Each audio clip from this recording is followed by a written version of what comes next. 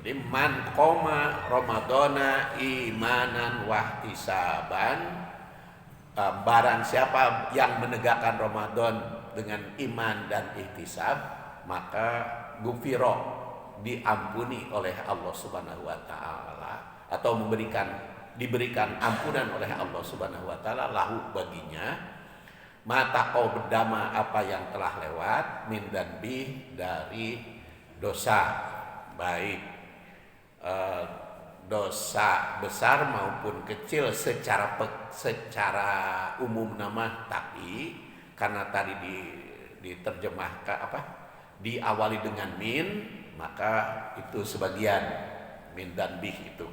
Karena apa? Karena dosa besar mah tidak gampang diampuni oleh Allah Subhanahu wa taala, tapi harus disertai taubat. Dan kita langsung saja ke takwil hadis ini. Takwil yang pertama, hadis ini memiliki beberapa esensi. Jadi takwil pertama, esensi hadis ini. Pertama, keutamaan qiyam Ramadan. Hadis ini menegakkan bahwa ibadah di bulan Ramadan merupakan amalan yang sangat dianjurkan. Rasul menekankan bahwa sholat malam di bulan Ramadan ini memiliki keistimewaan dalam menghapus dosa. Karena di sini koma Ramadan, yang pengertian Ramadan koma itu ada yang mengartikan sholat qiyam Ramadan yang diistilahkan sekarang tarawih, karena tarawih itu rawaha, sholatnya yang santai, bukan sholat terburu-buru. Kalau yang sholat dikebut bukan taraweh namanya. Pokoknya taraweh mah tuh dikebut. Dan juga santai itu kumaha. Jadi Rasulullah SAW kan pernah imam sholat taraweh di Masjid Nabawi beberapa hari. Kemudian semakin lama semakin banyak jamaah itu yang berjamaah kepada Rasul, karena semakin banyak jamaahnya kepada Rasul, maka berikutnya oleh Rasul tidak ke masjid setelah sholat isya langsung pulang, tidak ke masjid lagi. Asal nama setelah pulang ke masjid lagi untuk memimpin, untuk berjamaah. Kemudian ditunggu-tunggu para sahabat mau berjamaah.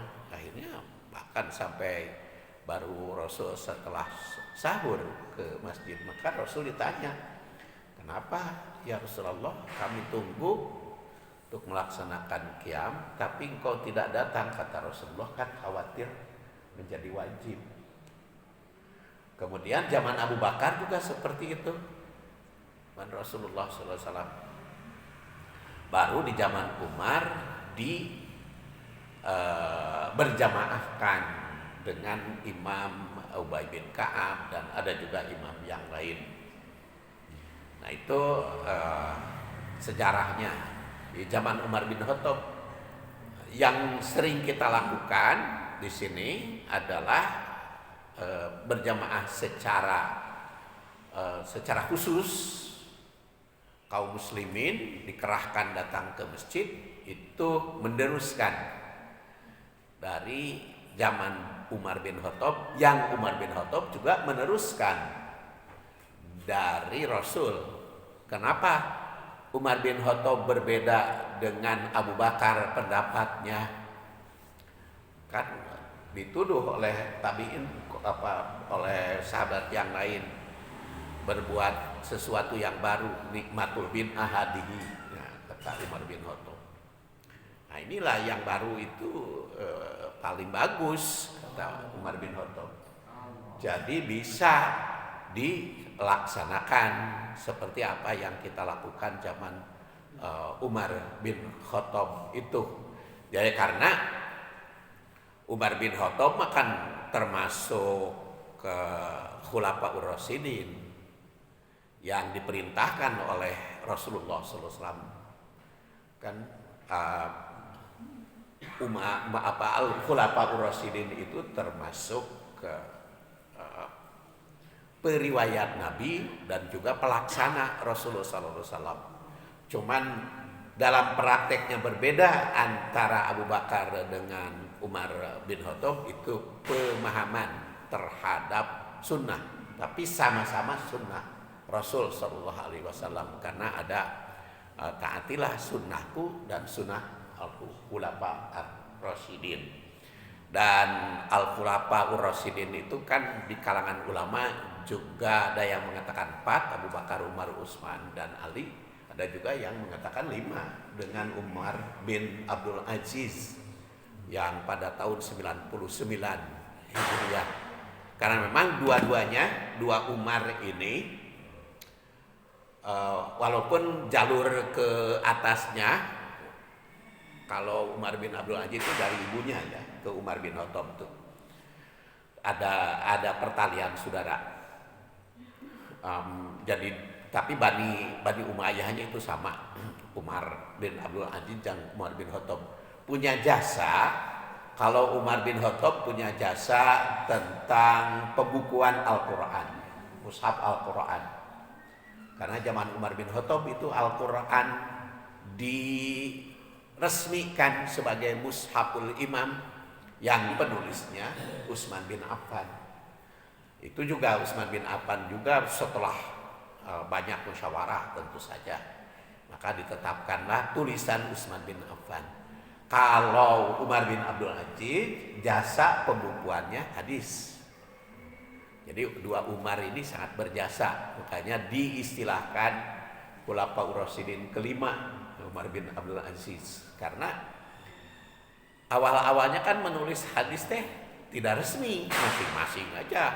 Tapi zaman Umar bin Abdul Aziz diresmikan biaya RAPBN, jadi biaya negara mengumpulkan hadis itu. Jadi siapapun yang menemukan meriwayatkan hadis dan setelah ditelusuri itu hadis itu benar-benar sahih, maka dituliskan, dilaporkan ke koordinator Abu Bakar gubernurnya, dan tentu saja seluruh gubernur itu meriwayatkan hadis, mengumpulkan hadis. Yang pada saat itu kan yang masih hidup adalah Imam Hanafi, kemudian Imam Maliki ketika Umar bin Abdul Aziz itu masih ada menjadi khalifah. Yang hidup adalah Hanafi dan Maliki, dan antara Hanafi dan Maliki itu kan pendekatan memahami syariahnya itu kan berbeda. Kalau Imam Hanafi itu kan lebih kepada gunakan rasio.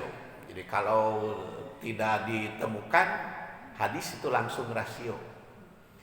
Jadi madhabnya Mu'ad bin Jabal, Quran, hadis, tekapangi dina Quran, tekapangi dina hadis, langsung ijtihad.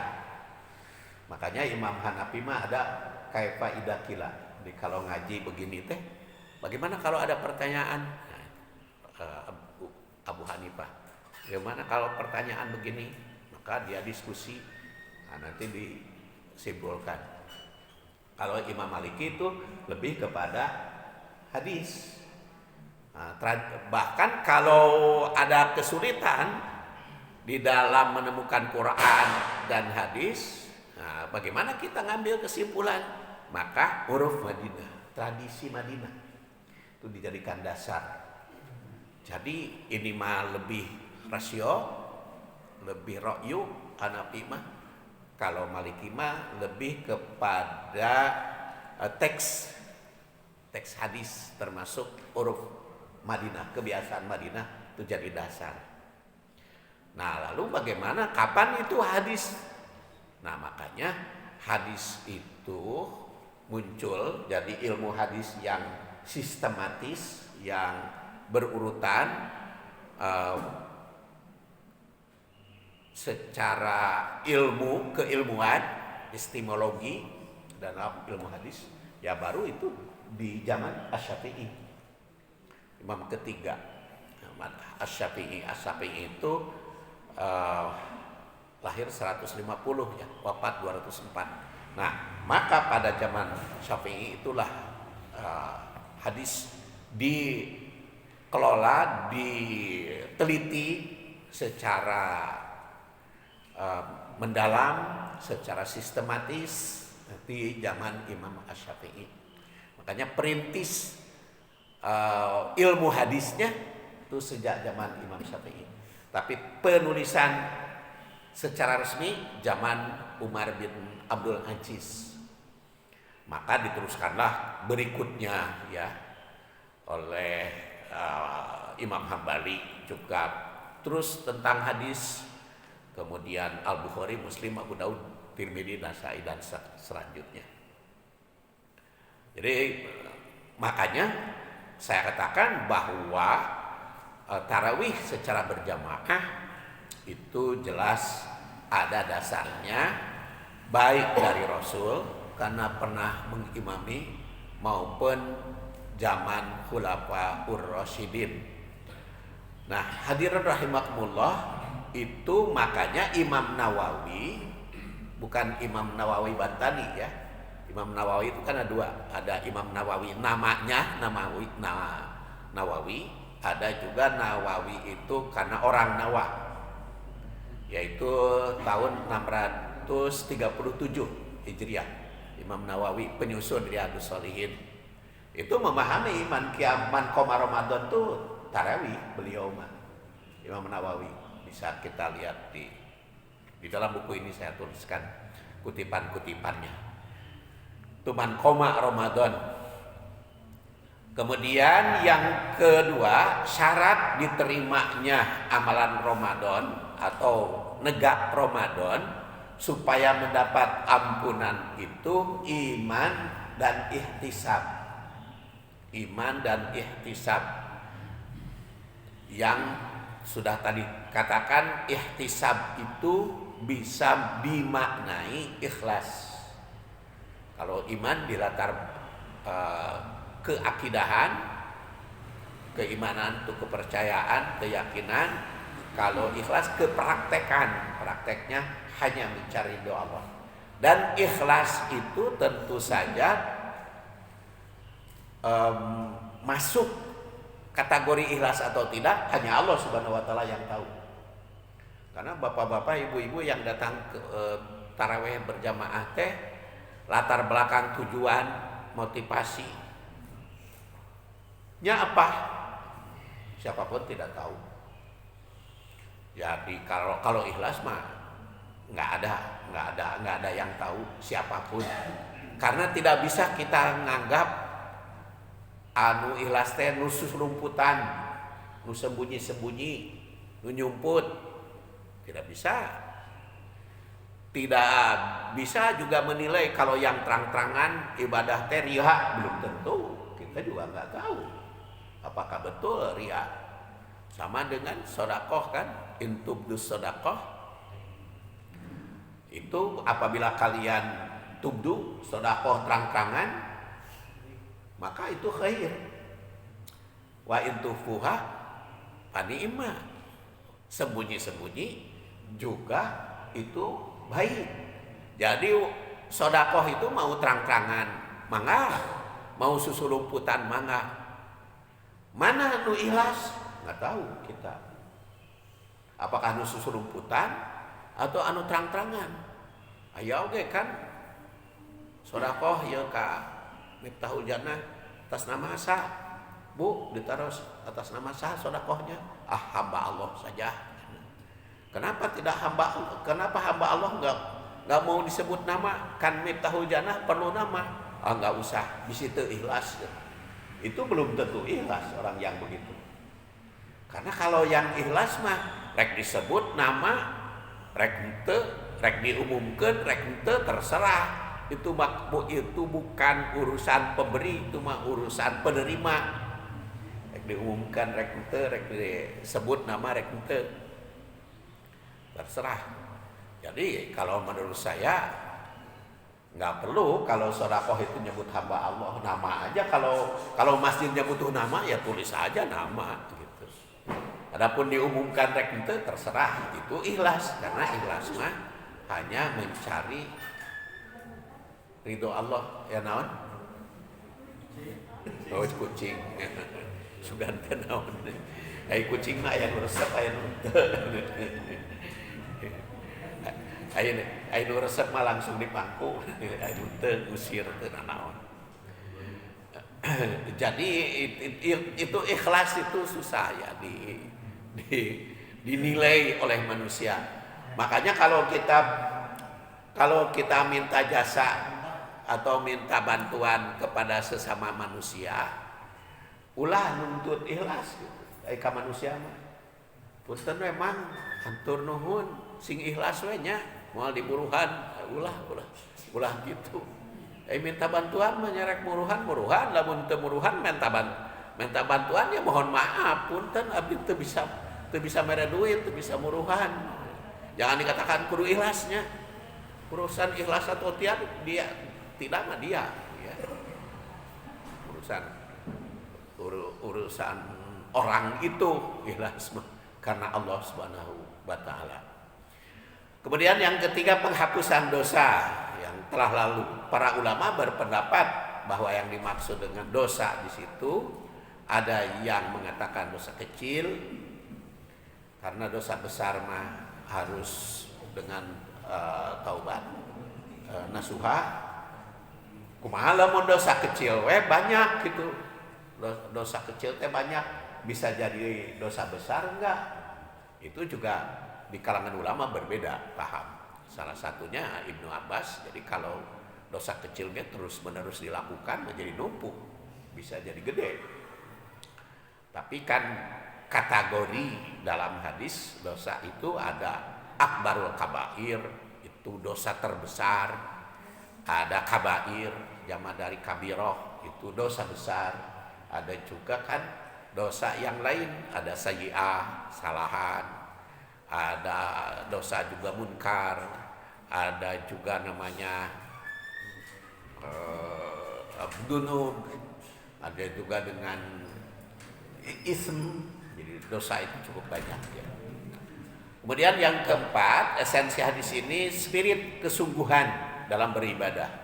Jadi hadis ini mengajarkan bahwa Ramadan adalah kesempatan emas untuk meningkatkan ibadah, introspeksi, kemudian meraih maghfirah, meraih ampunan atau meraih barokah, atau juga meraih rahmat, dan juga meraih jauh dari neraka.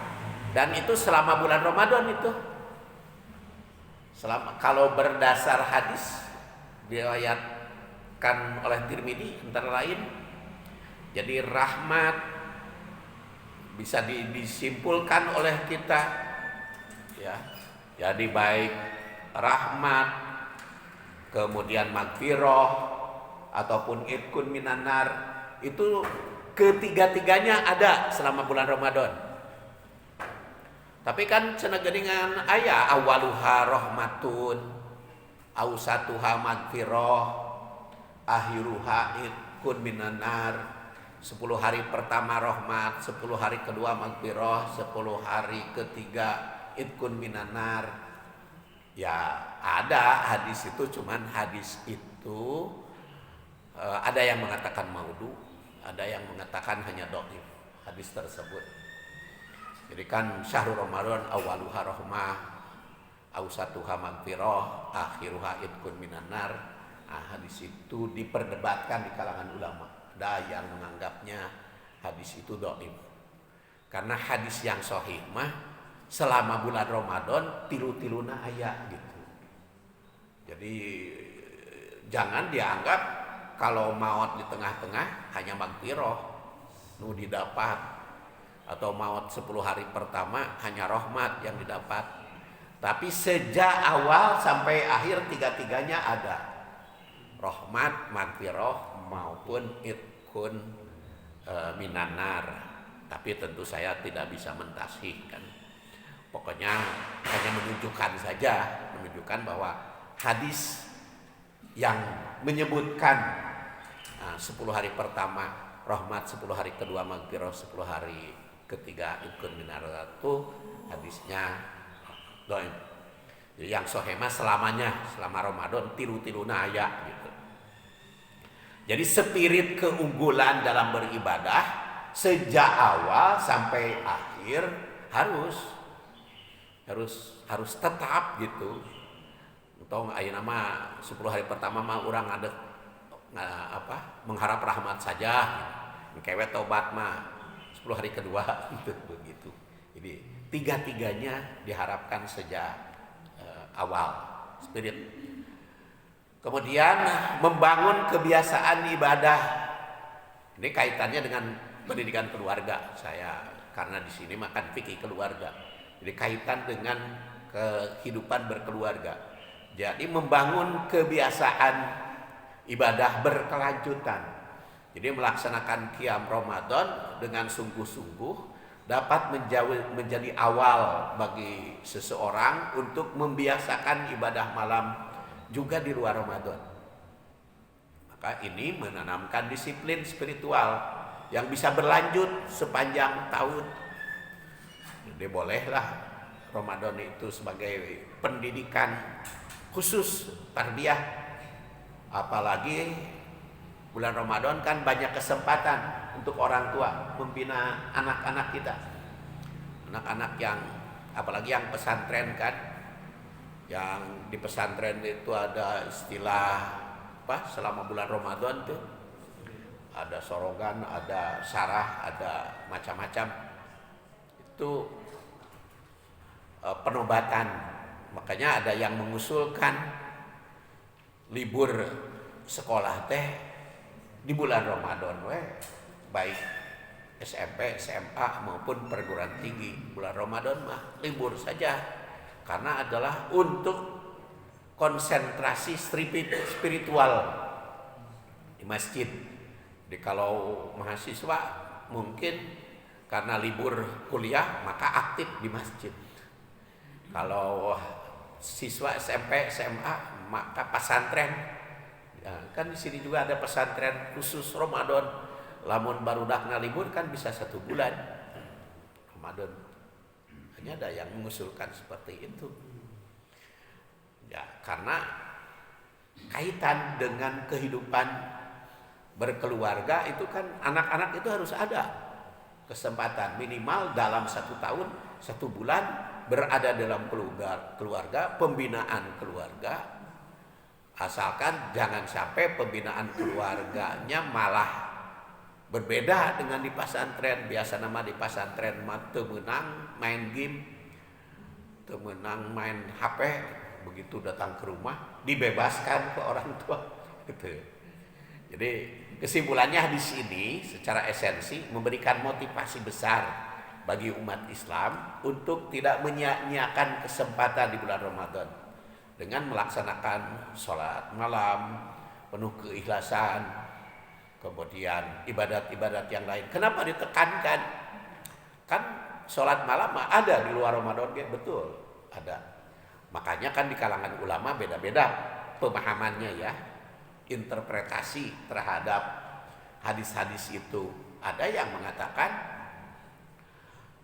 kalau kita melaksanakan taraweh teh belum qiyamul lail, belum tahajud, makanya ada 3. Ada yang melaksanakannya 3-tiganya. Taraweh ongkoh, ba'da isya, ke tahajud ongkoh di tengah malam, kemudian qiyamul lail ongkoh mendekati, sehingga 3 kali sholatnya itu. Jadi 3 kali 11 36 rakaat, ada 33 maksud saya. Kalau 3 kali 11 atau 33 ya, bukan 36. Jadi 33 berjamaahnya. Tapi ya ada juga yang berpendapat ya kalau sudah sholat qiyamul Ramadan, taraweh ya udah selesai semua. Dan dasar-dasarnya kan kalau yang mengatakan hanya 11 saja, tidak ada tambahan, karena hadis dari Aisyah, seorang tabi'in kan, antara lain Mujahid bin Arwah atau ada Urwah juga, bertanya kepada Aisyah, bagaimana sholat Rasul di bulan Ramadan? Kata Aisyah kan, makanya yajidu Rasulullah SAW fi Ramadan wala fi ghairihi ala ihda asyrah rakaatan. Rasul tidak nambah sepengetahuan saya, baik di Ramadan maupun di luar Ramadan, atas 11. Berdasar itu kan hanya 11 gitu. Ada yang berpendapat. Tapi ada juga yang mengatakan makana yazidu fi Ramadan teh eta teh witir. Ditanya teh witir na wungkul 11 teh. Maka eta mah penafsiran namanya. Ya. Interpretasi mah bisa beda-beda. Dan saya tidak mentarjih, hanya menyampaikan informasi saja bahwa seperti ada yang mengatakan Umar bin Khattab makan 23, katanya 23 rakaat itu juga ditampilkan oleh atba tabi'in gitu. Yang bertanya kepada tabi'in, berapa rakaat sih zaman Umar bin Khattab teh? Nah, ada yang mengatakan 23, itu kan atba tabi'in bertanya kepada tabi'in. Makanya sampai sekarang cuma berbeda-beda. Kumaha tuh berbeda-beda? Nyakeun bae berbeda oge. Keun bae berbeda nya da teu kudu seragam dah. Engke kan sama-sama di surga atuh asal bener dasarna. Asal bener we dasarna, asal tahu gitu. Dasar hukumna engke ge sama-sama di surga. Paling ke anekdotnya nanya di surga. Nah, ente mah euy tarawih teh baheula 11 we Ramadan teh. Geuning asup surga. Saya mah 23. Komo saya mah 33. Kabeh asup surga. Nyakeun bae sama-sama di surga ngan urang mah ngeunah ngan kur 11 teu capek cenah bener kitu. Ceuk nu 11 teh nikmat. Kita di surga teh anekdot eta mah. Bukan hadis. Lamun aya dialog ke di surga sama-sama di surga kan tinggal dialog. Saya mah ringan cenah ibadah nage tapi ka surga cenah. Ya saya mah menang itikuri gitu. Itulah yang namanya hadis itu menarik gitu ya. Dipahaminya itu bisa berbeda-beda. Kemudian takwil hadis man qoma Ramadan, saya kira langsung kepada ini mah kalau dibaca semua nama ada nyiapkeun waktos, jadi karena langsung gue kepada tatbik ya, tatbik halaman berapa, langsung ke tatbik saja. Man qoma Ramadan, apa tatbik itu adalah penerapan 14. Ini mah speakernya ngelok. Tatbik hadis dari sudut teologi ya, tatbik hadis ini konsep magfirah, dan memang ditentukan konsep magfirah itu gofur qul ya ibadiyalladzina asrafu ala anfusihim la taqnatu mir rahmatillah. Jangan putus asa dari rahmat Allah. Jadi kalau sebanyak apapun dosa, tobat we. Asal kumaha tuh tobatna? Ada yang mengatakan upacara kan. Tobat itu. Ada yang mengatakan tidak ada upacara tobat. Yang penting mah perbaikan. Nah, itulah saya katakan interpretasi, itu tafsiran, itu syarah bisa berbeda-beda. Cuman ditekankan di dalam Al-Qur'an, kalau kita ingin magfirah, kalau kita ingin ampunan, entong putus asa, dosa apapun, segera we tobat. Karena jangan putus asa dari rahmat Allah.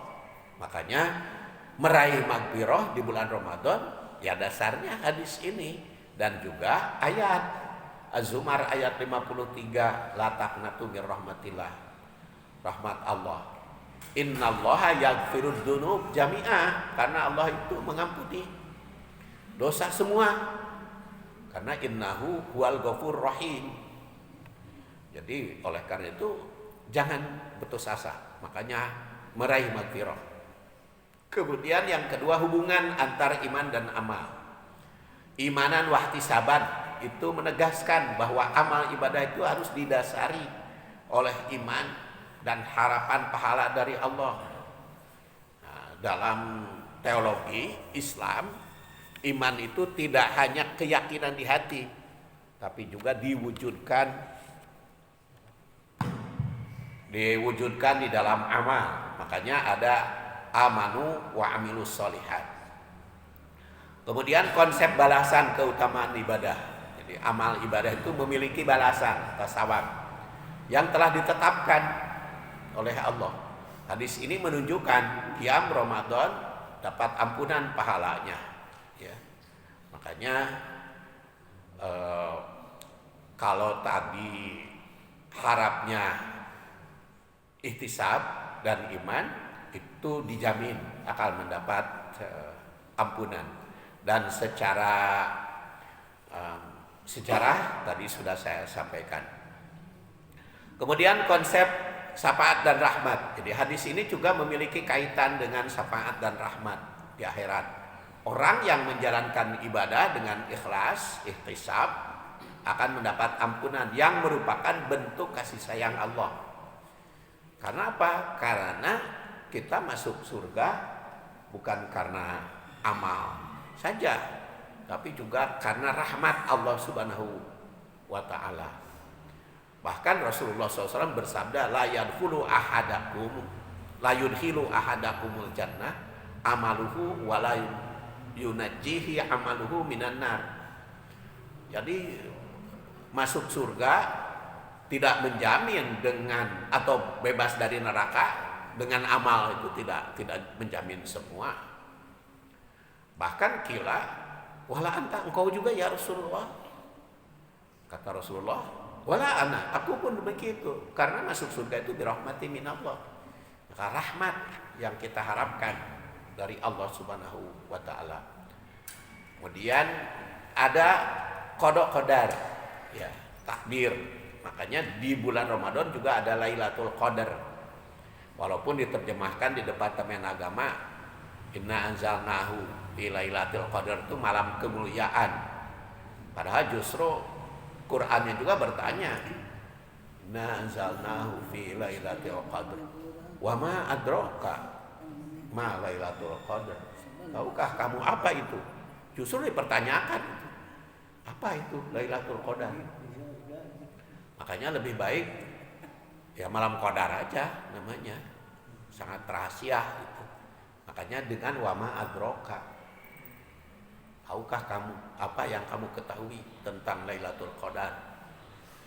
Tapi di situ dikatakan min alfi syahr, ya, khairun min alfi syahr, dibanding 1000 bulan. Kemudian tatbik hadis pada pendidikan keluarga, karena kita fikih keluarga, ya. Makanya saya telusuri dari pendidikan keluarga. Pertama adalah pendidikan keteladanan. Orang tua memiliki peranan bulan Ramadan. Makanya kalau tadi saya katakan karena sekarang tidak ada konsumsi, jadi saya tamatkan bahasannya sampai waktu sholat isyraq. Sholat isyraq baru terbit, jadi harus ada waktu dari terbit sedikit. Jadi pendidikan keteladanan dalam keluarga, ya, karena memang Rasulullah SAW juga begitu. Diriwayatkan oleh Aisyah yang wafat 57 Hijriah, karena Nabi SAW idza dakhalal asyru sadda mi'jarah wa ahya lailahu wa aiqadha ahlahu. Rasul sallallahu alaihi wasallam itu di akhir Ramadan beliau mengencangkan sarung atau pakaian, mengikat supaya semangat, menghidupkan malamnya dengan beribadah dan membangunkan keluarga. Jadi keluarga nanti diajak. Kalau di bulan Ramadan mah khusus, ya, dalam qiyam Ramadan sampai keluarga juga diajak itu kesempatan mendidik keluarga dengan memberikan contoh nyata sehingga membangunkan. Kemudian membentuk kesadaran akan iman dan keikhlasan. Karena di situ imanan ihtisab bagi keluarga itu. Jadi mengajarkan pentingnya melakukan ibadah dengan iman yang kuat dan niat yang ikhlas. Orang tua perlu mengajarkan anak-anak bahwa ibadah bukan sekedar rutinitas, tetapi harus dilakukan dengan keyakinan, imanan, ihtisab pada Allah. Dengan membiasakan anak memahami makna iman dan ihtisab, nah mereka akan tumbuh menjadi pribadi yang melakukan ibadah dengan kesadaran, bukan karena paksaan, karena diteladani. Kemudian yang ketiga, pendidikan disiplin dan konsentrasi dalam ibadah. Penanaman disiplin kan. Kenapa bangun bahkan setelah sholat isya kita nunggu dulu, apalagi diisi dengan ceramah. Apa itu dalilnya ceramah? Karena memang antara sholat isya dengan tarawih kan ada jarak. Nah jarak itu untuk apa? Ya untuk dikir itu antara lain apa? Ya tholabul ilmi itu.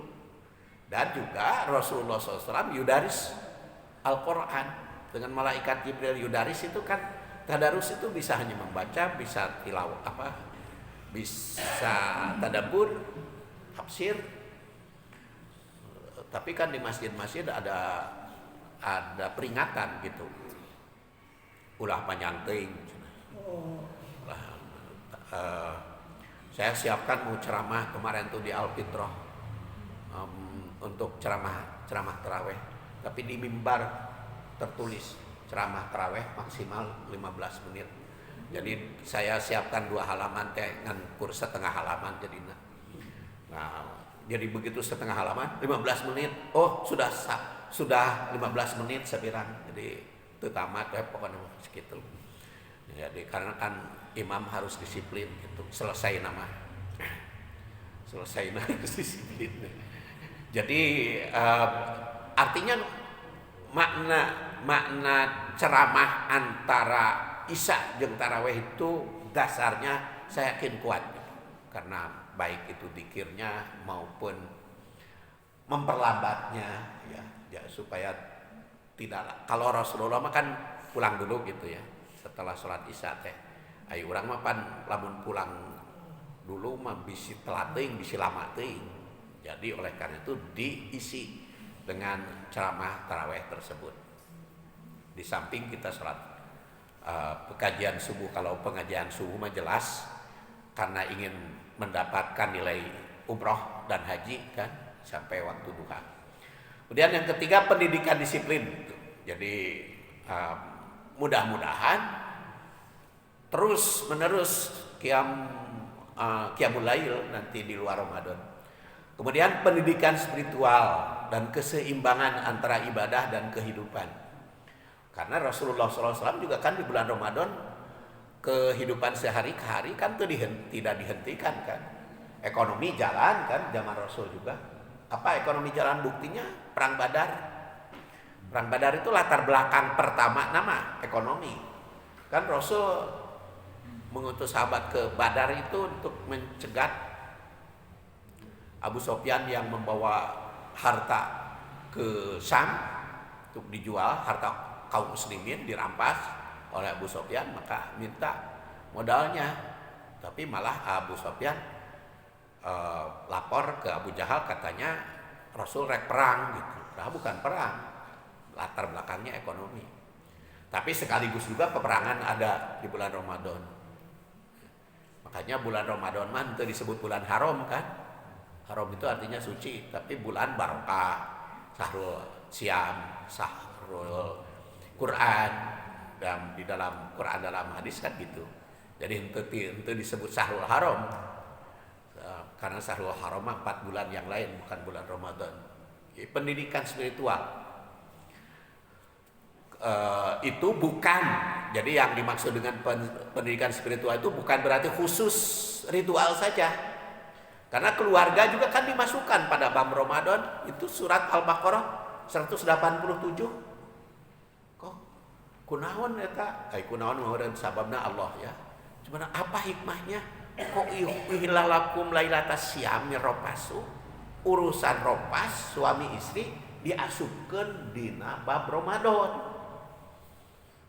Uhillalakum lailatas syam, bahkan disebut kunna libasul lakum wa antum libasul lahunna.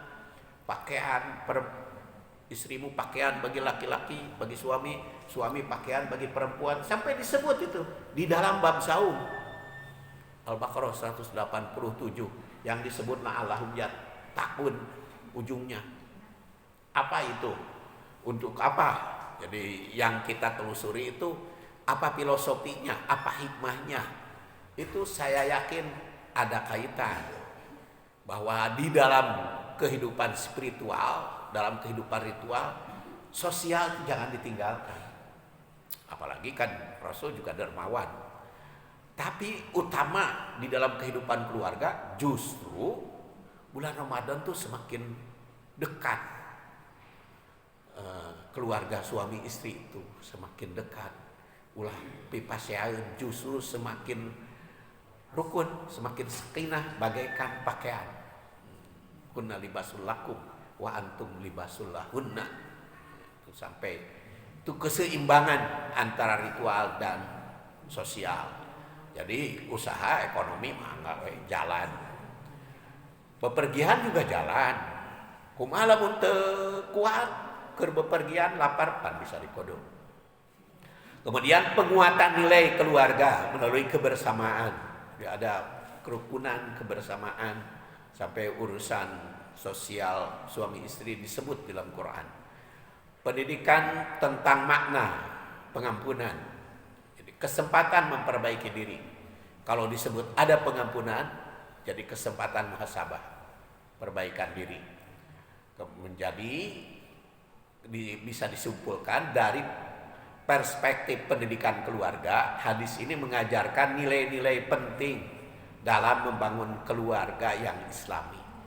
Jadi orang tua harus menjadi teladan dalam ibadah, karena anak kita, cucu kita melihat di bulan Ramadan itu karena bergaul dengan keluarga. Menanamkan iman dan keikhlasan dalam ibadah sejak dini, membiasakan disiplin dalam komitmen dalam ibadah, menyeimbangkan ibadah dan kehidupan sehari-hari agar tetap harmonis. Karena tadi dikatakan uhillalakum lailatas syam rokas, dan ditunjukkan hunna libasul lakum wa antum libasul lahunna. Kemudian membangun kebersamaan dalam keluarga melalui ibadah, menanamkan konsep pengampunan dan kesempatan memperbaiki diri. Jadi hadis ini menjadi pedoman keluarga muslim dalam lingkungan ritual dan sosial bagi anak dan keturunannya. Saya kira itulah sampai pendidikan dalam keluarga, karena kita sudah masuk kepada waktu untuk melaksanakan sholat duha. Insya Allah hadis tentang pembinaan keluarga ketika anak usia 7-10 tahun akan disambungkan pada kesempatan yang lain. Kita akhiri pertemuan kita ini dengan doa kafaratul majlis. Subhanakallahumma wa bihamdika asyhadu an la ilaha illa anta astaghfiruka wa atubu ilaik. Assalamualaikum warahmatullahi